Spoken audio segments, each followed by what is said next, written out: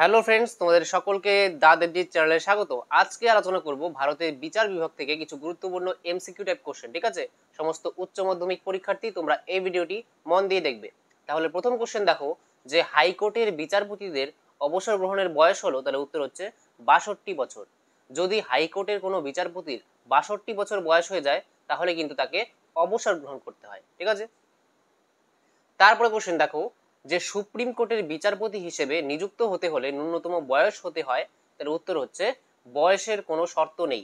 ভারতের সংবিধানের মধ্যে সুপ্রিম কোর্ট সম্পর্কে যে আর কি লেখা আছে সেখানে কিন্তু সুপ্রিম কোর্টের বিচারপতি হতে গেলে তার কত বয়স হতে হবে সেই বয়সের কোনো শর্ত কিন্তু উল্লেখ নেই ভারতের সংবিধানে। ঠিক আছে, তারপরে কোশ্চেন দেখো যে লোক আদালত প্রথম গঠিত হয়, তাহলে উত্তর হচ্ছে জুনাগড়ে, গুজরাট। ঠিক আছে, গুজরাটের যে জুনাগড় নামে জায়গা আছে সেই জায়গায় প্রথম লোক আদালত কিন্তু গঠিত হয়েছিল। আর তোমরা যদি চাও যে লোক আদালত কি এই সম্পর্কে জানতে, আই বটনের লিঙ্ক দেওয়া আছে, সেখান থেকে তোমরা দেখে নাও।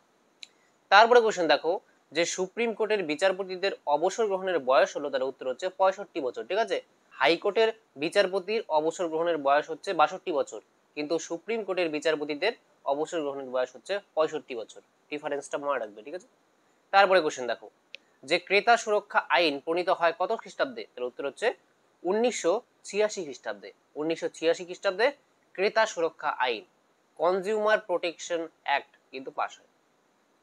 তারপরে কোশ্চেন দেখো যে সুপ্রিম কোর্টের আছে, তাহলে উত্তর হচ্ছে ডি নম্বর উত্তর, মূল এলাকা, আপিল এলাকা ও পরামর্শদান এলাকা, এই তিনটি এলাকা আছে সুপ্রিম কোর্টের।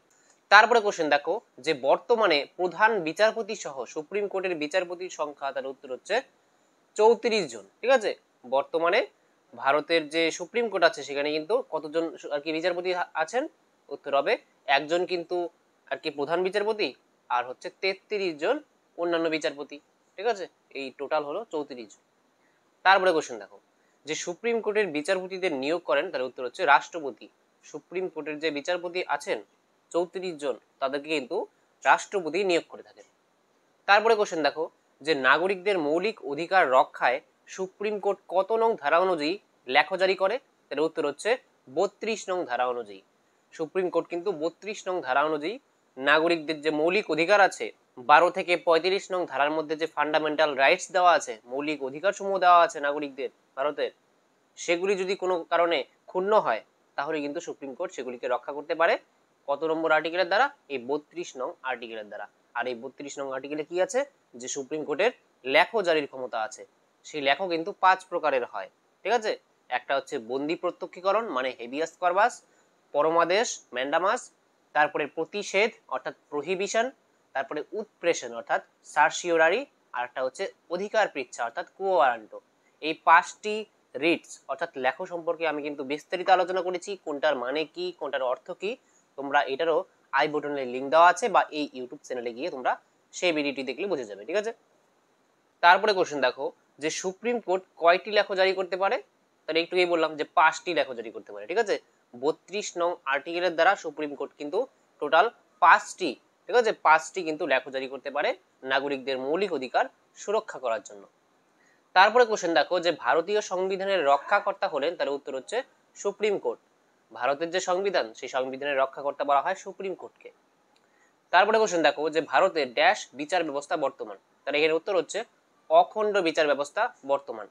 ভারতের যে বিচার ব্যবস্থা সেখানে কিন্তু সর্বোচ্চ স্তরে আছে সুপ্রিম কোর্ট, আর তার নিচে আছে হাইকোর্ট, আর তারও নিচে আছে অধস্তন আদালত সমূহ। ঠিক আছে, তাহলে এটা হচ্ছে ভারতের একটা অখণ্ড বিচার ব্যবস্থা।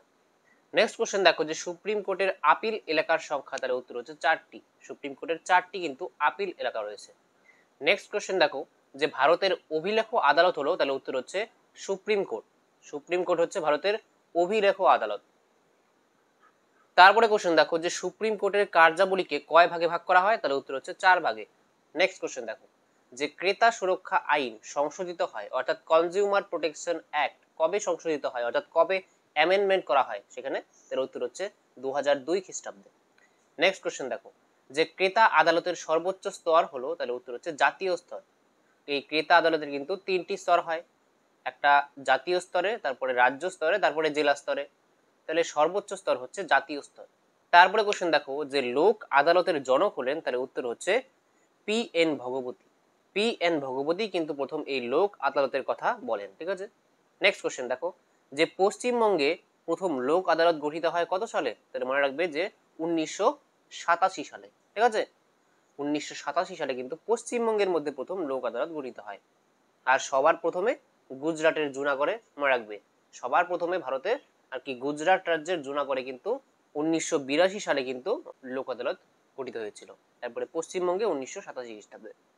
নেক্সট কোশ্চেন দেখো, যে কলকাতা হাইকোর্টের এলাকা রয়েছে, তাহলে উত্তর হচ্ছে আন্দামান ও নিকোবর পর্যন্ত। ঠিক আছে, তাহলে কলকাতা হাইকোর্ট যা আছে, আমাদের ভারতে টোটাল 25টি হাইকোর্ট আছে। মনে রাখবে যে আমাদের ভারতের সর্বোচ্চ আদালত হচ্ছে সুপ্রিম কোর্ট, আরো যে রাজ্যের মধ্যে যে হাইকোর্ট আছে তার সংখ্যা হচ্ছে 25টি। ঠিক আছে, আমাদের রাজ্যের সংখ্যা হচ্ছে 28টি।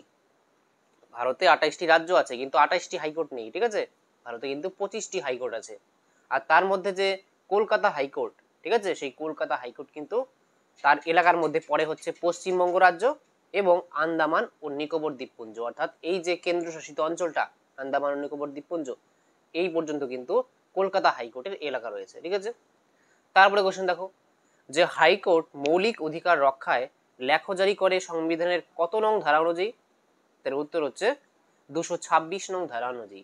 যেমন ভারতের সুপ্রিম কোর্ট মানুষের আর কি নাগরিকদের মৌলিক অধিকার রক্ষার জন্য 32 নং ধারা অনুযায়ী লেখো জারি করতে পারে 5 প্রকার, ঠিক তেমনি হাইকোর্ট, ঠিক আছে, হাইকোর্ট যে আছে সেই হাইকোর্ট 226 নং ধারা অনুযায়ী কিন্তু এই একই লেখো, ঠিক আছে, এই 5 প্রকার যে লেখো আছে, এই হাইকোর্টেরও ক্ষমতা আছে যে এই 5 প্রকার লেখো জারি করতে পারে 226 নং ধারা অনুযায়ী, যখন আর কি নাগরিকদের মৌলিক অধিকার ক্ষুণ্ণ হয়। ঠিক আছে, তাহলে সুপ্রিম কোর্ট 32 নং ধারা অনুযায়ী লেখো জারি করতে পারে 5 প্রকার, আর হাইকোর্ট 226 নং ধারা অনুযায়ী 5 প্রকার লেখো জারি করতে পারে, এটা মনে রাখবে।